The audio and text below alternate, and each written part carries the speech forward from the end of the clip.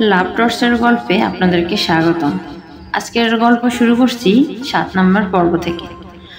তাসিন নামটা শুনে চোখ বড় করে তাকালাম। এদিকে শুভ্র ভাইয়া রাগী চোখে আমার দিকে তাকিয়ে আছে।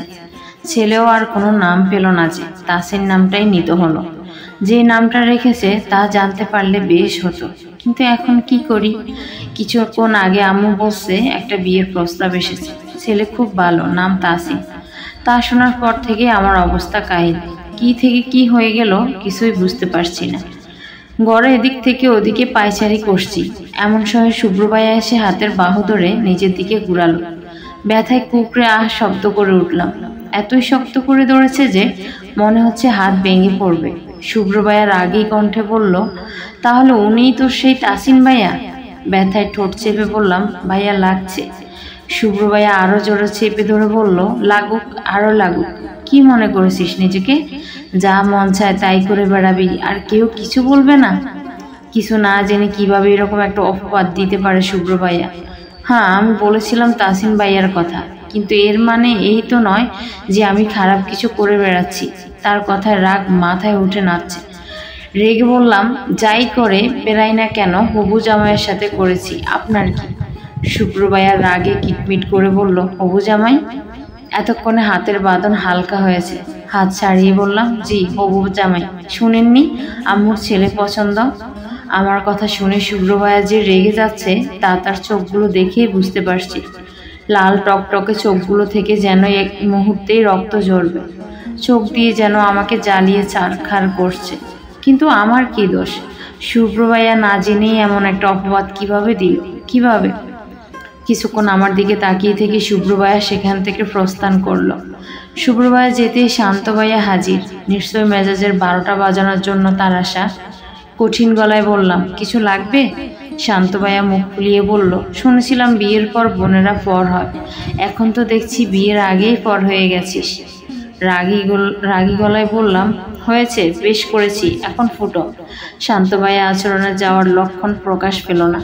উল্টো তিনি বেশ আরামসে খাটে বসে বলল, হয়েছে, বেশ করেছিস। জায়গায় যদি প্রেম করেছি, বেশ করেছি বলতেই, তাহলে আরো বেশি সুন্দর হতো। রাগটা এখন আকাশ ছুঁই ছুঁই। যেন সময়ে শান্ত সৃষ্ট লেজ বিশিষ্ট প্রাণীটা আমার হাতে জাটার বাড়ি খেতে পারে, তা বেশ বুঝতে পারছি। রেগে বললাম, তোমার সুন্দরের খেদা পড়ি, জাটার বাড়ি থেকে না খেতে না চাইলে নিজের পথ দেখো। এবারও আমার কথা তার বোধগম্য হলো না। দাঁত কেলিয়ে বলল, সত্যি করে বলতো, প্রেম টেম করিস নাকি? এত প্রেম প্রেম গন্ধ পাই কোথা থেকে? দাঁতে দাঁত চেপে বললাম, নিজের শরীরে দেখ, তোর শরীর থেকে আসছে। শান্ত ভাইয়া অবাক হওয়ার বান করে বলল, মানুষের শরীর থেকে গামের গন্ধ আসে শুনতাম, প্রেমের গন্ধও আসে তা প্রথম শুনলাম। রাগ দমিয়ে বললাম, সব কথা কখনো না কখনো প্রথম শুনতে হয়। এই কথার সূচনা আজ হলো। এখন বাইরে গিয়ে মিঠাই বিলাও, প্লিজ যাও। আমার করুণ কণ্ঠ তার কানে গেল না। নির্দয় হলে যা হয় আর কি। শান্ত ভাইয়া জ্ঞানী ভাব নিয়ে বলল, আমার মনে হয় প্রেম প্রেম গন্ধ মন থেকে আসে, আর আমার সিক্স সেন্স বলছে এই গন্ধটা তোর মন থেকে আসছে। এবার আর নিজের রাগকে দমাতে পারলাম না। রেগে আগুন হয়ে বললাম, আসছে, ভালো হচ্ছে, খুশি। শান্ত ভাইয়ের দাঁত কেলিয়ে বলল, তুই না বললেও তা আমি জানি। এখন শোন, কাল দুপুরে ছেলের সাথে তোর ডেট ঠিক করা হয়েছে। পাত্র দেখা আর কি। মামিমা তোকে কাল সকাল থেকে রেডি থাকতে বলেছে। তুই তো আবার লেট লতিপা, তাই আগে ভাগে রেডি হয়ে থাকিস, বুঝলি? আমার উত্তরের অপেক্ষা না করে তিনি তার পথ ধরল। যখন যেতে বলি তখন যাওয়ার নাম নেয় না, আর এখন আমার উত্তরটা পর্যন্ত শুনল না। এর জন্য একে আমি দেখতে পারি না। এমন কথা হলো, করবোটা কি? মাথাও কাজ করছে না, তবে কিছু একটা তো করতেই হবে। সকালের ঘুম ভাঙল মেধার ডাকে। আমাকে সাজানোর জন্য তিনি নিজের ঘুম বিসর্জন দিয়ে হাজির হয়েছে। মেধাকে দেখে করুণ কণ্ঠে বললাম, তুই সত্যি আমাকে সাজাবি? মেধা খুশিতে গদগদ হওয়া কণ্ঠে বলল, সাজাবো মানে? আমি তো পারলে এখনই তোর বিয়ে করিয়ে দিই। ছোট মুখটা আরো ছোট করে বললাম, তুই এটা বলতে পারলি? মেধা মুখে দীর্ঘ হাসি টেনে বলল, মুখ তো আছেই বলার জন্য, তাই না? এখন তাড়াতাড়ি ফ্রেশ হয়ে আস, সাজাতে হবে তো। মেধা কথাটা সুন্দর করে বললেও আমার মনে হচ্ছে একটা কসাই ছাগলকে বলছে ফ্রেশ হয়ে আসতে, যেন তাকে বলি দেওয়া যায়। আমিও হার মানার পাত্রী নই, তাই পাত্রকে আমি দেখেই ছাড়ব। রেস্টুরেন্টের কর্নারের একটা চেয়ারে বসে আছি। পাশের চেয়ারে মেধা বসে রাগে ফুসফাস করছে। বান্ধবীর পাত্র দেখতে আসার মতো কাজ সে করতে নারাজ। এই নিয়ে বেশ কিছুক্ষণ যাবৎ রাগারাগি করছে সে। শেষে না পেরে সঙ্গে আসতে হয়েছে তাকে, আর তার জন্যই এই ফুসফুসানি। তবে আমার খেয়াল এই দিকে নয়, আমার খেয়াল হলো 2 টেবিল পরে থাকা শুভ্র ভাইয়ার উপর, যে কিনা জারুর সাথে গপ্পসপ্প করছে। যাই হোক, কিছুক্ষণ আগে সামনে একটা মানুষ এসে বসেছে। পাত্র মেবি তিনি। পাত্র মুখে দীর্ঘ হাসি এঁকে বলল, হাই গার্লস। মেধা মুখ বাঁকিয়ে বলল, হাই। আমিও হালকা হাসি টেনে হাই বললাম। ছেলেটা দেখতে খারাপ না, তবে শুভ্র ভাইয়ার মতোও না। আমার দিকে এক নজর তাকিয়ে বলল, তাহলে আপনিই পাত্রী? জি। উত্তর দিতে দিতে শুভ্র ভাইয়ের দিকে তাকাতেই দেখলাম তিনি জারুর সাথে হেসে গেলে কথা বলছেন। মন তো চাচ্ছে টেবিলে রাখা পানিটা মাথায় ডালি। এত হাসার কি আছে বুঝি না। সামনে থাকা পাত্র মানে তাসিন আমাকে উদ্দেশ্য করে একটার পর একটা কথা বলেই যাচ্ছে, কিন্তু আমার নজর এখনো শুভ্র ভাইয়ের দিকে। অনেক হয়েছে, এখন জেলাস করাতে হবে তাকে। দেখি আমাকে ইগনোর করে, দেখি আমার অবহেলা কিভাবে সহ্য করে এখন। শুভ্র ভাইয়ার থেকে চোখ সরিয়ে এবার তাসিনের দিকে তাকালাম। তাসিন হালকা হেসে জিজ্ঞেস করলো, সব তো বললাম, আর কিছু কি জানা বাকি আছে? আমিও উত্তর একটা হাসি দিয়ে বললাম, না, আপনি কিছু জানতে চাইলে বলুন। তাসিন মুখের হাসি বজায় রেখে বলল, আমার যা জানা দরকার তা আমার জানা হয়ে গেছে, এখন বলুন, আমাকে আপনার পছন্দ হয়েছে? এক নজর শুভ্র ভাইয়ের দিকে তাকালাম। না, তিনি জারুর সাথে বেশ খুশি আছে। আমি তাহলে কেন কষ্ট পাবো? না, পাবো না আমি কষ্ট। বুকে পাথর রেখে বললাম, জি। আপনার? তাসিনের মুখের হাসিটা আরো দীর্ঘ হলো। হাসি মুখে বলল, তা তো বাসায় গিয়েই জানাবেন। চললি তাহলে? তাসিন উঠে দাঁড়াতে আমরাও উঠে দাঁড়ালাম। তাসিনকে বিদায় দিয়ে এক নজর শুভ্র ভাইয়ের টেবিলে চোখ দিলাম। পরক্ষণে চোখ সরিয়ে বাসার উদ্দেশ্যে পা বাড়ালাম। রিকশায় বসে আছি। মেধা তখন থেকেই বলে যাচ্ছে যে বিয়েতে হাঁ করলাম কেন, আমি তো শুভ্র ভাইয়াকে পছন্দ করি। মেধার কথা শুনতে শুনতে এক পর্যায়ে বললাম, উনি আমাকে পছন্দ করে? জানি না, আমি অন্য সবার মতো না যে পছন্দ করি বলে সারা জীবন নষ্ট করে দিব। আর তিনি পছন্দ করতেন তাহলে বিয়ে আটকাতেন, জারুর সাথে ইটিস পিটিস না। তার জন্য আমি কেন অপেক্ষা করে মরবো বল? তার কি কোনো দায়িত্ব নেই? মেধা মাঝখানে বলল, কিন্তু ওকে বাধা দিয়ে বললাম, আমি যা চেষ্টা করার করেছি, আর পারবো না। বাকিটা শুভ্র ভাইয়ের উপর। তিনি যদি কিছু না করে তাহলে তার রাস্তা আলাদা, আমার রাস্তা আলাদা। কথাটা বলেই চুপচাপ বসে পড়লাম। বলতে সহজ হলেও করতে সহজ না। আমার ভিতরে কি চলছে তা আমিই জানি। বাসায় এসে চুপচাপ নিজের রুমে চলে গেলাম। সবাই অনেক জিজ্ঞেস করেছে যে ওখানে কি হয়েছে, কিন্তু কারোই উত্তর দেয়নি। এখন আমার একা থাকা প্রয়োজন। রুমে গিয়ে বিছানার উপর হয়ে শুয়ে রইলাম। চোখ থেকে জল দ্বারা ক্রমশ পড়েই যাচ্ছে। হাত দিয়ে চোখ মুছতেই নিলাম, হঠাৎ অনুভব করলাম পিছনে কেউ আছে। তাড়াতাড়ি চোখ মুছে উঠে বসতেই দেখলাম শুভ্র ভাইয়া দাঁড়িয়ে আছে। নিজেকে স্বাভাবিক করার চেষ্টা করে মুখে হাসি এঁকে বললাম, কিছু বলবেন? শুভ্র ভাইয়া আমার চোখে চোখ রেখে বলল, কিছু না বলার বাকি আছে? শুভ্র ভাইয়ার চোখ ক্রমশ জ্বালিয়ে দিচ্ছে আমাকে। শেষে সহ্য করতে না পারে চোখ সরিয়ে নিলাম। শুভ্র ভাইয়া শুকনো হেসে বলল, রেস্টুরেন্টে দেখতে গিয়েছিলাম, তুই কি করিস? তো হাঁ করে দিলি তাই না? শুভ্র ভাইয়ের কথায় মাথা নিচু করে রাখলাম। কি উত্তর দিব বুঝতে পারছি না। শুভ্র ভাইয়া হয়তো আমার নিশ্চুপ থাকা বাসায় বুঝতে পেরেছে, তাই শুকনো হাসি দিয়ে বলল, বুঝলাম, খুশি থাকিস। কথাটা বলে 1 সেকেন্ডের জন্য অপেক্ষা করলেন না, সোজা রুম থেকে বের হয়ে গেলেন। তাহলে কি শুভ্র ভাইয়া ভেবেছিল আমি বাধা দিব? তবে কি লাভ টর্চার করতে গিয়ে নিজেই শুভ্র ভাইয়াকে নিজের থেকে দূর করে দিলাম? সন্ধ্যার দিকে রুম থেকে বের হয়ে নিচে যেতেই দেখি সবাই আড্ডা দিচ্ছে। আমাকে দেখে আম্মু বলল, চোখ মুখ এত ফুলছে কিভাবে? আম্মুর কথা শুনে আম্মুর দিকে তাকালাম, কিন্তু কিছু উত্তর দিব তার আগে শান্ত ভাইয়া বলল, প্রিয় মানুষ থেকে দূরে যাওয়ার বেদনা। শান্ত ভাইয়ার কথায় তার দিকে তীক্ষ্ণ দৃষ্টিতে তাকাতেই তিনি বললেন, না মানে আমি আমার কথা বলছিলাম। আমিও তো তোর প্রিয় মানুষ, বিয়ের পর আমার থেকেও তো দূরে চলে যাবি। শান্ত ভাইয়ার কথায় বুক কুঁচকে তাকালাম। প্রিয় মানুষ, তাও আবার শান্ত ভাইয়া। আমার আর মানুষ পেলাম না। তীক্ষ্ণ গলায় বললাম, দুনিয়াতে তো মানুষের অভাব পড়েছে। শান্ত ভাইয়া এক নজর আমার দিকে তাকিয়ে বললেন, পড়লে তো হতোই কাজ। শান্ত ভাইয়ের কথাকে তেমন পাত্তা না দিয়ে রুমের চারিদিকে চোখ বুলালাম। না, শুভ্র ভাইয়াকে খুঁজে পাচ্ছি না। কোথায় হতে পারে? নিশ্চয়ই রুমে হবে। কথাটা মাথায় আসতেই রুমের দিকে পা বাড়ালাম। দরজায় টোকা দিব এমন সময় কানে আসলো, ওকে আমার চাই চাই, কোনো কিছুর বিনিময়ে হলেও চাই। আর একবার কাছে পেয়ে নি এমন শাস্তি দিব যে দূরে যাওয়ার নামও নিবে না। কথাটা শুনেই ঢোক গেলাম। বুকে এক বস্তা সাহস করিয়ে দরজায় টোকা দিলাম। টোকা দিতেই সাথে সাথে কঠিন কণ্ঠে বলল, কে? যাও। ও একটু সাহস কুড়িয়েছিলাম, তাও ফোঁস। তাও নিজের মনকে সান্ত্বনা দিয়ে কিছু বলতে যাব, তার আগেই দরজা খুলে গেল। দরজার ওপাশে শুভ্র ভাইয়াকে দেখে বেবলাকান্তের মতো একটা হাসি দিলাম। আমার হাসি দেখে শুভ্র ভাইয়া বুক কুঁচকে পড়ল, কি চাই? শুভ্র ভাইয়াকে দেখে আমার গলা শুকিয়ে আসছে। কথার বলিগুলো যেন তোতা পাখি হয়ে আকাশে উড়াল দিয়েছে। এদিকে শুভ্র ভাইয়া আমার দিকে তীক্ষ্ণভাবে তাকিয়ে আছে। শুভ্র ভাইয়ের তীক্ষ্ণ দৃষ্টি দেখে একটা জোরপূর্বক হাসি দিলাম। গলা একটু ভিজিয়ে বললাম, কি করছেন? শুভ্র ভাই এবার একটা হাসি দিল। ফাটাকে বলি দেওয়ার আগে যে হাসিটা দেয়, ঠিক সেই হাসিটা মুখে ফেভিকলের আটা দিয়ে আটকে রেখেই বলল, বসে বসে পিঠা বিক্রি করছি, আয় খেয়ে যা। শুভ্র ভাইয়ের হাসিটা যে কতটা প্রাণঘাতী হতে পারে তার তলে তলে বুঝতে পারছি। জোর করে একটু হাসি দিয়ে বললাম, না থাক, পরে না হয় ওই টাকার ফুচকা কিনে দিয়েন। কথাটা বলে শুভ্র ভাইয়ের দিয়ে তাকাতেই দেখি শুভ্র ভাইয়া রক্ত চক্ষু নিয়ে তাকিয়ে আছে। ওরে আমার ফুচকা রে, আমি তো ভুলেই গিয়েছিলাম বেটা ফুচকা পছন্দ করে না। না করার কারণটাও আমি। কেন যে ওদিন ফুচকা খেতে খেতে কথাটা বললাম? দুনিয়াতে কি আর কোনো খাওয়া ছিল না, নাকি সব খাওয়া বন্যার জলে ভেসে গেছে? মনে মনে এত কিছু ভেবেই চলছি। এমন সময় শুভ্র ভাই আমার হাত ধরে বলল, চল। আমি শুভ্র ভাইয়ের দিকে অবাক চোখে তাকিয়ে বললাম, এখনই ফুচকা খাওয়াবেন নাকি? কথাটা বলতেই শুভ্র ভাইয়া যা চাহনি দিল তাকে আর কিছু বলার সাহস পেলাম না।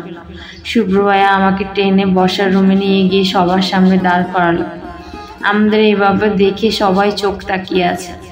সবার চাহনিকে উপেক্ষা করে শুভ্র ভাইয়া বলল, আরোহীকে ফুচকাওয়ালার সাথে বিয়ে দিবেন, তাও আবার কালকে। শুভ্র ভাইয়ের কথা শুনে আকাশ থেকে পড়লাম।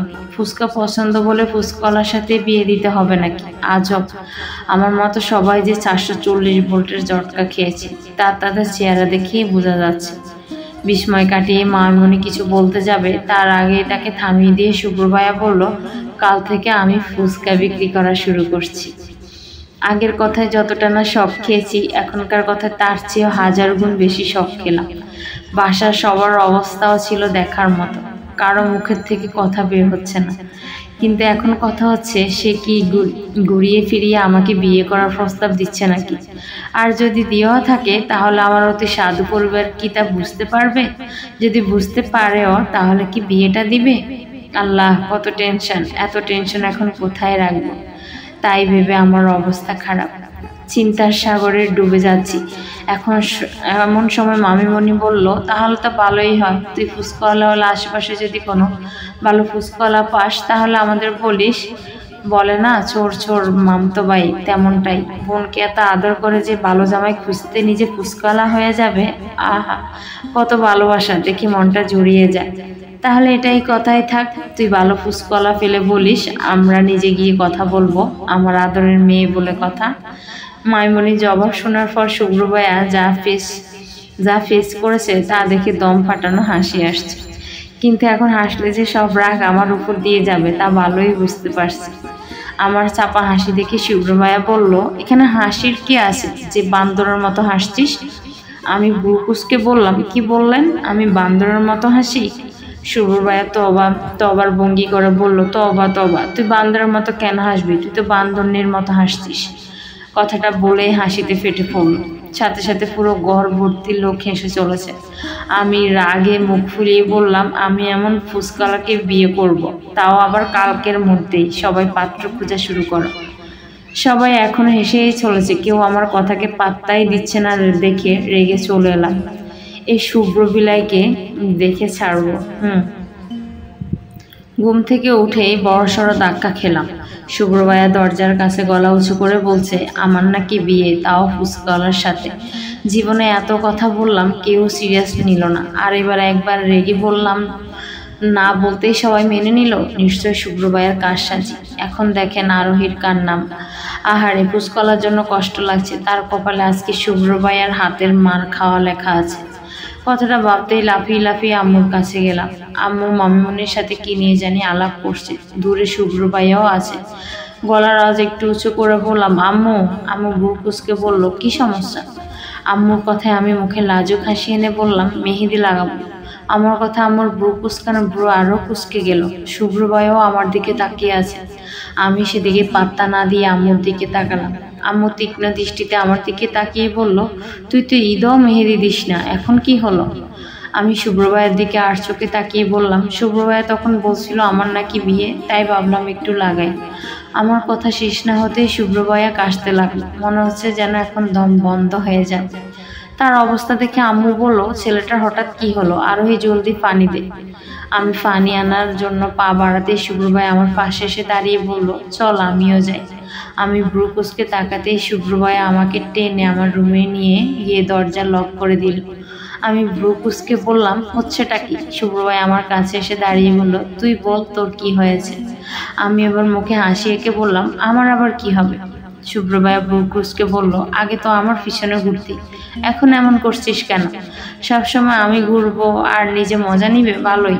চোয়াল শক্ত করে বললাম, ভুল করতে করতে শিখে গেছি, তাই ভুল করা বন্ধ করে দিয়েছি। শুভ্র ভাই অবাক হয়ে বলল, আমাকে ভালোবাসা তোর ভুল ছিল? আমি না বুঝার বান করে বললাম, হয়তো। ভুল না করলে ওভাবে অপমান করতে নাকি?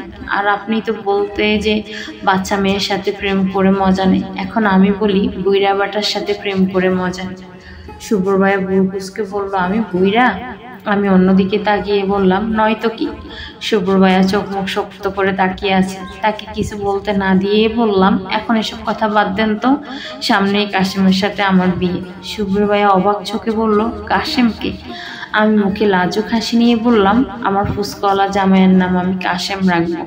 শুভ্র ভাইয়া বিরক্তি নিয়ে বলল, আবার ফুচকাওয়ালা? আমি ব্রু কুচকে বললাম, কেন, তাসিন ভাইয়াও ফুচকাওয়ালা নাকি? শুভ্র ভাইয়া অন্যদিকে তাকিয়ে বলল, যাকে জোশ ছেলে বলছিলি সেই ফুচকাওয়ালার ছেলে ফুচকাওয়ালাই ছিল। এবার ওই হ্যাবলাকান্তের কথা মনে পড়লো, তাহলে সে ফুচকাওয়ালা ছিল? তাই বুঝি মহাশয় ফুচকাওয়ালা হতে চেয়েছে? আহারে বেচারা। আমি মুখে হাসি এঁকে বললাম, ছেলেটা কিন্তু আসলেই জোশ ছিল। শুভ্র ভাইয়ার রাগি ফেস নিয়ে বলল, দুনিয়ার সব ছেলেই জোশ লাগে, আমি ছাড়া। আহারে, শুভ্র বিলাই জেলাস। তাহলে তো আগুনে ঘি ডালতে হয়, যেই বাবা সেই কাজ। হাসি হাসি মুখে বললাম, তাসিনও কিন্তু জোশ ছিল। শুভ্র ভাইয়া বুক কুচকে বলল, তাসিন? আমি লাজুক হেসে বললাম, হবু জামাইকে কি আর বাইয়া বলে সম্বোধন করা যায়? শুভ্র ভাইয়া আমার হাত শক্ত করে ধরে বলল,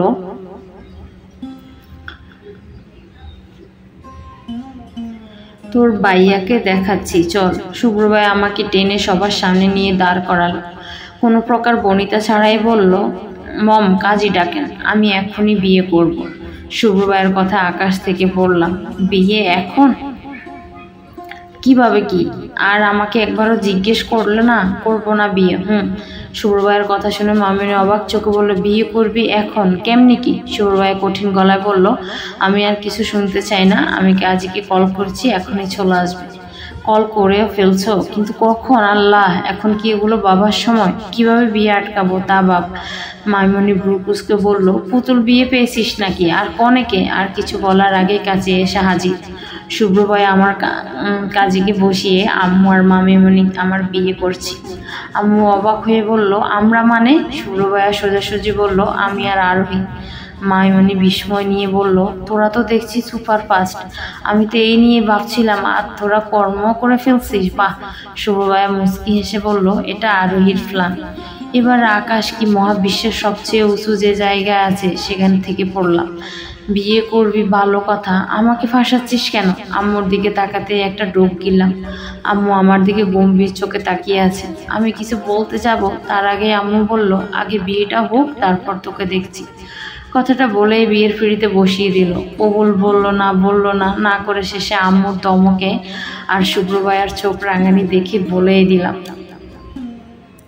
শুভ্র ভাইয়ার রুমে ঘুরে বেড়াচ্ছে। বিয়ে হতে জোর করে বাপের বাড়ি থেকে শ্বশুর বাড়ি নিয়ে এসেছে। এতদিন ছিল যখন, আর একদিন থাকলে কি হতো। ঘরটাও সাজায়নি, যদিও অনেক পরিপাটি, কিন্তু বাসা করার লক্ষণ বলতে কিছুই নেই। বেটা আস্তে একটা বোরিংয়ের ডিব্বা।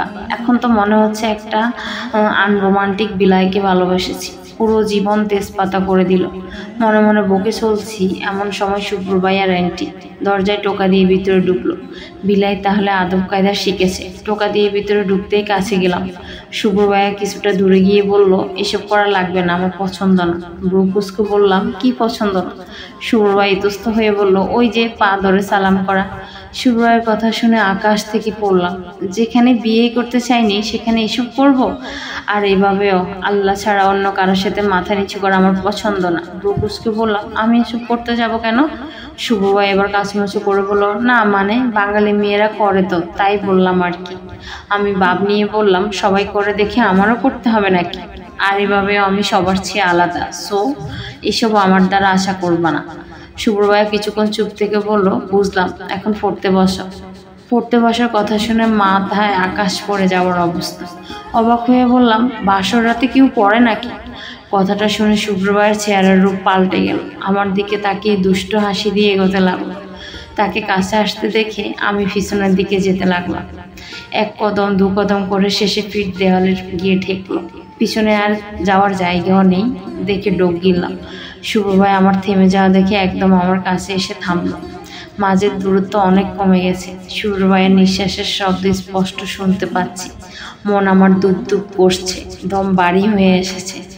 ঘন ঘন নিঃশ্বাস নিচ্ছি। শুভ্র ভাই আরও আমার কাছে চলে আসলো। হৃদস্পন্দন ক্রমশ বেড়ে চলছে। মনে হচ্ছে জান পাখি এখন এই দেহে থেকে উড়াল দিবে। তাকে কাছে আসতে দেখে আবেশে চোখ বন্ধ করে নিলাম। শুভ্র ভাই আমার কানের কাছে মুখ এনে বলল, তাহলে কি করে বাসর রাতে? শুভ্র ভাইয়ের কথায় বুকের মধ্যে তোলপাড় শুরু হয়ে গেছে। আর কিছুক্ষণ এভাবে থাকলে 40 দিন পর আমার ছল্লেশা হবে বলে মনে হচ্ছে। কাঁপা কাঁপা ঠোঁটে বললাম, বাসর রাত মানে? শুভ্র ভাইয়া নিজের ঠোঁট আমার কানে ছোঁয়াতে যা বলছিলাম তাও বলে খেয়ে ফেললাম। শরীর একদম ফ্রিজ হয়ে গেছে। শুভ্র ভাইয়ার গোড় লাগা কণ্ঠে বলল, বাসর রাতে না আরোহী, এত জলদি নিজেকে সমর্পণ করবি না। কথাটা মাথা হাসতে শুভ্র ভাইয়াকে হালকা ধাক্কা দিয়ে দূরে সরিয়ে দিয়ে অন্য পাশে চলে আসলাম। জোরে জোরে নিঃশ্বাস নিয়েই চলছি। মনে হচ্ছে কতক্ষণ পর যে খোলা বাতাস এসেছে। শ্বাস নিয়ে স্বাভাবিক হয়ে শুভ্র ভাইয়ের দিকে তাকাতেই দেখলাম তিনি মিটমিট করে হেসে চলেছে। নিজের শাড়িটাকে হাত দিয়ে একটু ঠিক করে নিলাম। আমার এই কাণ্ড দেখে শুভ্র ভাইয়া হাসির মাত্রা যেন আরও বেড়ে গেল। আজব, এখানে হাসির কি আছে? তিনি কি বুঝতে পারছেন না যে তার হাসি আমাকে অস্বস্তিতে ফেলছে? নিশ্চয়ই এই শুভ্র বিলাই জেনে শুনে এসব করছে। রাগে মাথা একদম ফেটে যাচ্ছে। শুভ্র ভাইয়ের দিকে তাকিয়ে বললাম, বাসার রাতে মানুষ ঘুমায়, আর আমিও ঘুমাতেই চাচ্ছি। কথাটা বলে বিছানার দিকে পা বাড়ালাম। বিছানায় যেতেই শুভ্র ভাইয়া আমার হাত ধরে ফেললো। আমি ঘুরে তাকাতেই শুভ্র ভাইয়া বলল, তোকে এখানে ঘুরাতে কে বলছে? তোকে এখানে ঘুমাতে কে বলছে? আমি জিজ্ঞেস দৃষ্টিতে তাকাতেই বললাম, বিয়ে করেছি বলে মনে করিস না যে তোকে বউ মেনে নিয়েছি? তুই বেশি উঠছিলি তাই পায়ে শিকল পরিয়ে দিলাম, দ্যাটস ইট। শুভ্র ভাইয়ের কথা মাথায় আগুন ধরে যাচ্ছে। মন তো চাচ্ছে সেই আগুনে জ্বালিয়ে পুড়িয়ে চারখার করি। রাগী কণ্ঠে বললাম, আপনার কি মনে হয় আমি আপনাকে জামাই মানি? মোটেও না। আর আমি বিছানায় শুতে যাচ্ছি, তার মানে এই না যে আমি আপনার সাথে ঘুমাবো। আমি মেহমান, তাই বিছানায় ঘুমাবো, আর আপনি সোফায়। শুভ্র ভাইয়া বুকুসকে বলল, তুই মেহমান? জোরপূর্বক হাসি দিয়ে বললাম, না মেহমান হবে কেন, আমি তো আপনার বউ হই, তাই না? আজব পাবলিক, নিজেই বলে বউ না, এখন আবার জিজ্ঞেস করে তুই মেহমান। শুভ্র ভাইয়া আমার কথাকে পাত্তা না দিয়ে রুম থেকে বেরিয়ে গেল। আসছে আমাকে অপমান করতে। উনিও বলে গেছেন আমি আরোহী, আমাকে কিছু বললে তার দ্বিগুণ শুনতে হবে। আর আমাদের সম্পর্কটাই তো পুরো টর্চার। হিহি মনে মনে এসব ভাবছি, এমন সময় শুভ্র ভাই আবার আসলো, হাতে এক গাদা বই। বইগুলো বিছানায় রেখে বলল, বিয়ে হয়েছে মানে এই না যে পড়া থেকে বেঁচে যাবি, উল্টো আগে যা পড়তি তার ডাবল পড়বি। তোর বই সাথে এনেছি যাতে বাহানা না করিস, এখন পড়া শুরু কর। লাভ টর্চার শুধু আমিই না, উনিও করছে, কেউ কারো থেকে কম না। আর তাই হয়তো আমরা এক হয়েছি। কিন্তু কথা হচ্ছে জিত যারই হোক না কেন, আসল জিত ভালোবাসারই হবে। আল্লাহ, আমি তো ইমোশনাল হয়ে সেন্টি সেন্টি কথা বলছি না আরোহী, তোর হারলে চলবে না, তোর জিত জানতেই হবে, তোর জিত আনতেই হবে। এই শুভ্র বিলাইয়ের কাছে তুই কিছুতেই হারবি না। মনে মনে জিতের জন্য নিজেকে তৈরি করলো, জিতবো কিভাবে তাই ভেবে পাচ্ছি না। শুভ্র ভাইয়া এখানে বই নিয়ে দাঁড়িয়ে আছে, না পড়ে যাব বা কোথায়, মনে মনে এসব ভাবছি। তখনই শুভ্র ভাইয়া বলল, পড়া শুরু কর। আমি শুভ্র ভাইয়ের দিকে তাকিয়ে বুক কুঁচকে বললাম, আমি জানি আপনি কেন পড়াতে চাচ্ছেন। শুভ্র ভাইয়া বুক কুঁচকে বলল, কেন? আমি মুখে হাসি এঁকে বললাম, যেন লোকে না বলে যে শুভ্রর বোন ডাব্বা পেয়েছে। শুভ্র ভাইয়ের চেহারা দেখার মতো, কি বলবেন ভেবে পাচ্ছেন না। আর এমন হওয়াটাই স্বাভাবিক, বউ নিজেকে তার বোন হিসেবে পরিচয় দিলে তারই বা কি করার থাকে। তবে যাই হোক, খেলা কিন্তু এখনো আমার হাতেই আছে। কথা ভেবেই মনে মনে হেসে চলছি। শুভ্র ভাইয়া কিছু না বলে ওয়াশরুমে চলে গেল। বসে বসে ফোন নিয়ে টিপেই চলেছি। এমন সময় শুভ্র ভাইয়া ওয়াশরুম থেকে বের হয়ে এক নজর আমার দিকে তাকালেন। বিছানা থেকে একটা বালিশ হাতে নিয়ে বলল, আমি ঘুমাতে যাচ্ছি, সকালে যেন দেখি সব পড়া কমপ্লিট। এতদিন অনেক ফাঁকি দিয়েছিস, আর না।